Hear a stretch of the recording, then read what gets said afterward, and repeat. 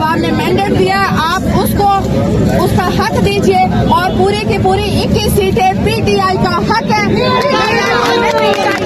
और हम हटने वाले नहीं हैं, हमें मैंडेट चाहिए, साडा हक है।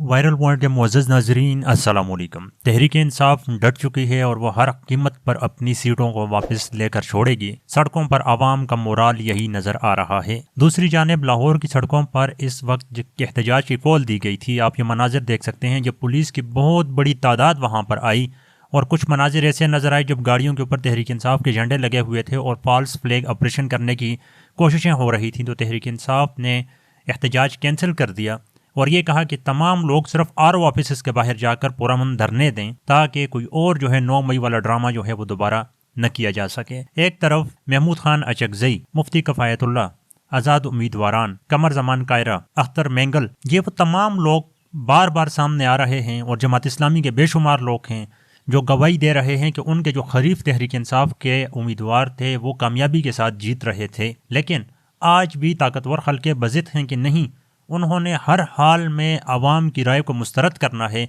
और नवाज शरीफ ख़ानदान को पाकिस्तान के ऊपर मुसल्लत करके छोड़ना है। यहाँ तक नौबत आ चुकी है कि आसमा शिराजी, शाहज़ेब खानज़ादा, गरीदा फारूकी, तलत हुसैन जैसे शरीफ ख़ानदान के ख़ानदानी सहाफ़ी जो हैं, उन्होंने भी बस कर दी है कि अब इस आवाम की राय को कुचलना पाकिस्तान के साथ ज़्यादती होगी, लिहाजा वो भी अब हाथ खींचते हुए नज़र आते हैं। लेकिन अल्लाह जाने कि शरीफ ख़ानदान के लंदन प्लान को क्यों मंतकी अंजाम तक पहुँचाने के लिए हमारे इदारे मुकम्मल तौर पर अभी भी उनके लिए धांधली करते हुए नज़र आते हैं। आप अंदाज़ा लगाएं कि वो MQM जिसको कराची में कोई घास नहीं डाल रहा इस वक्त, उसको 17 में से 16 सीटें जितवा दी, और इस वक्त जमात इस्लामी, तहरीक इंसाफ और तहरीक लब्बैक कराची की सड़कों पर मिलकर जो है उनके खिलाफ एहतजाज करते हुए नज़र आते हैं। इसके साथ साथ ऐसी बहुत सारी सीटें हैं जो वापस हो चुकी हैं, और तहरीक इंसाफ के पास फॉर्म 45 पड़ा हुआ है। वो कहते हैं जी हमारे फॉर्म लें, आप हमारे साथ बैठ के जमा करें और अपना फॉर्म दिखाएं। लेकिन शरीफ खानदान क्या कहता है, नहीं जी वो जो आप जीते हैं उस पर धांधली नहीं हुई, जो हम जीते हैं उस पर धांधली हुई है।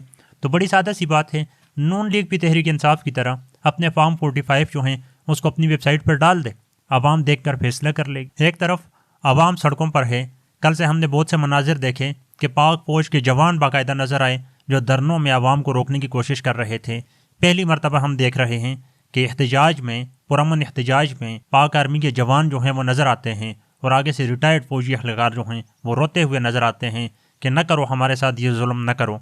जिस दिन तुम रिटायर्ड होगे, ये वर्दी उतार के मेरे पास आके खड़े होगे, मैं भी 20 साल पाकिस्तान फौज की वर्दी पहनता रहा हूँ, तब तुम्हें अंदाज़ा होगा कि तुम मेरे साथ कितना बड़ा जुल्म कर रहे हो। ये वर्दी उतरेगी तो तुम भी सिविलियन बन जाओगे, फिर तुम्हारे लिए ये ज़िंदगी बहुत मुश्किल हो जाएगी। तो आप इस बारे में क्या राय रखेंगे कि मुखालिफिन तक मानने को तैयार हो चुके हैं कि ये तहरीक इंसाफ जीत रही थी, और मुखालिफिन मतलब ये कि अगर 4 उम्मीदवार खड़े हैं, नून league, people party, Tehreek Insaf और आज़ाद उम्मीदवार कोई और, तो वो आज़ाद उम्मीदवार भी तहरीक इंसाफ का गवाह बन रहा है कि वो जीत रही थी। लेकिन अल्लाह जाने क्यों इस मुल्क के साथ जुल्म हो रहा है।